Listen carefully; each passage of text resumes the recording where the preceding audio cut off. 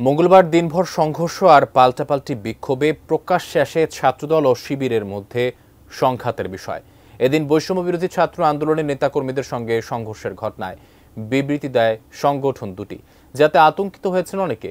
ফ্যাসিবাদ বিরোধী সংগ্রামে ভূমিকা রাখা এই দুটি সংগঠনের এভাবে সংঘাতে জড়ানোকে খারাপ ভবিষ্যতের ইঙ্গিত হিসেবে দেখছেন কেউ কেউ। এ ব্যাপারে প্যারেন্ট সংগঠনের সিনিয়রদের হস্তক্ষেপ কামনা করেন উপদেষ্টা আসিফ নজরুল। ঢাবির আইন বিভাগের এক শিক্ষার্থীর স্ট্যাটাস রিপোস্ট করে কি বললেন তিনি, জানাচ্ছেন এসআই রাজ।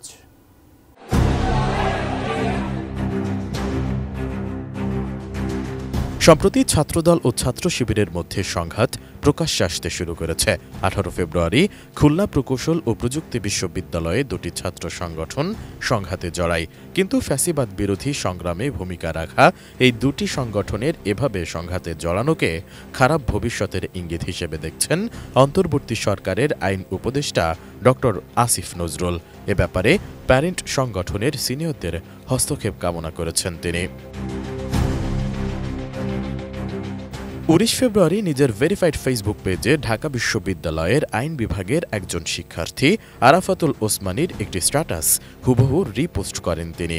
সেখানে এই আহ্বান জানানো হয়, কে সারেন শেকড় থেকে শিখরে।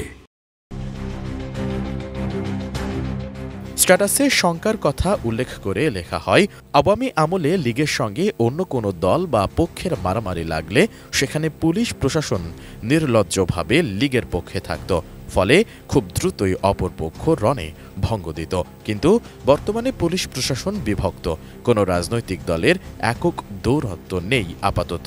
ডেডিকেটেড মারমুখী কর্মী সংখ্যা কাছাকাছি পরিমাণের। সব মিলিয়ে ছাত্র দল ও ছাত্র শিবির যদি এই মুহূর্তে মারমুখী হয়, নিশ্চিতভাবে বলা যায় কোনো পক্ষই সহজে পেছাবে না। উভয়ই নিজের অস্তিত্বের লড়াই জ্ঞান করে মারামারি করবে। হয়তো ছাত্র রাজনীতির ইতিহাসে স্মরণকালের সর্বোচ্চ হতাহত ও লাশ দেখতে পাবে এবার। সেখানে আরও লেখা হয়, অত্যন্ত হতাশা লাগে এসব দেখে। ভয় জিনিসটা কখনোই ফিল করা হয়নি কোনো ব্যাপারে। জেদের কারণে নাকি মাথার সমস্যার কারণে সেটাও জানা হয়নি, যে কারণে হুমকিকে চ্যালেঞ্জ হিসেবে নেওয়া হয়েছে সব সময়। কিন্তু নিজের ভাইদের যখন দেখি একে অন্যের রক্তের নেশায় মাতে, তখন সত্যিকারের ভয় লাগে, আতঙ্ক লাগে, সবচেয়ে বেশি হতাশ লাগে। এখানে যে পক্ষই ক্ষতিগ্রস্ত হোক, সে তো আমারই ভাই। 6 মাস আগেও একসঙ্গে টিয়ার গ্যাস, রাবার বুলেট খেয়েছি। এখন এসে তাদের মধ্যে হওয়া গ্যাঞ্জাম কোনোভাবেই বিন্দুমাত্র সুখকর কিছু হতে পারে না বলে উল্লেখ করেন পোস্টদাতা।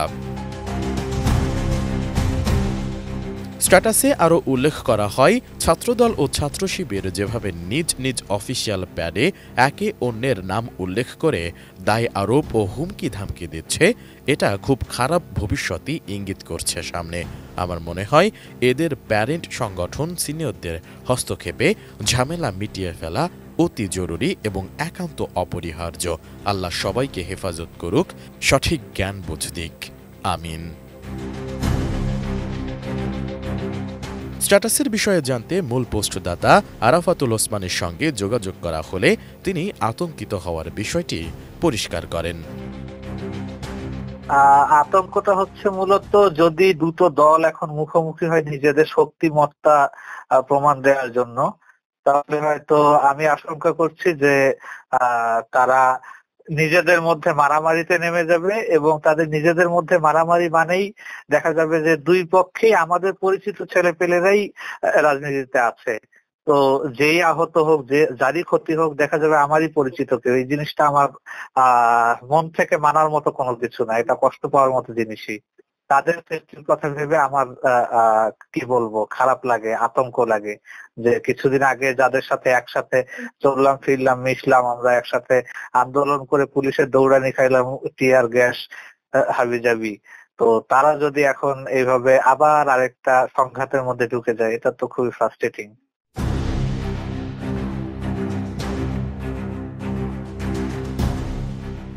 এসআই রাজ, এটিএন নিউজ।